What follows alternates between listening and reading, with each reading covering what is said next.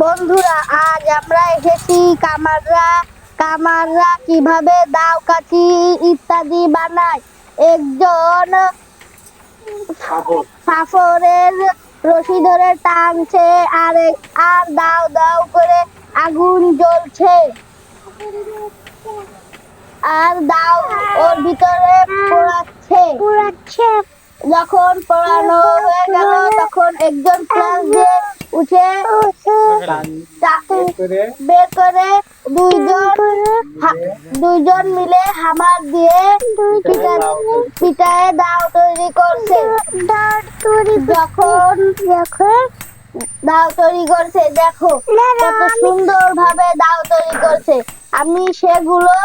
আমি তাই দেখতেছিলাম, খুব মনোযোগ দিয়ে দেখতেছিলাম। যখন দাওটা কালো হয়ে গেল তখন গরম থাকা পর্যন্ত দুইজনে পিটাচ্ছিল। যখন ঠান্ডা হয়ে গেল তখন একজনে পিটাচ্ছিল। তারপরে অনেক ঠান্ডা হয়ে গেছিল, ঠান্ডা না হওয়া পর্যন্ত পিটাতে থাকে। যখন অনেক ঠান্ডা হয়ে গেছে তখন আবার কিছুক্ষণের জন্য দাওটি আগুনে পোড়াচ্ছে। এই দেখো দাও তৈরি করে রেখেছে। আবার কিছুক্ষণ পরে উঠায় দুইজন হামার পিটাচ্ছিল।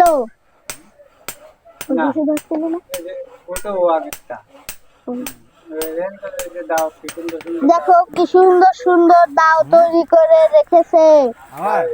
আমরা এই দাও দিয়ে কত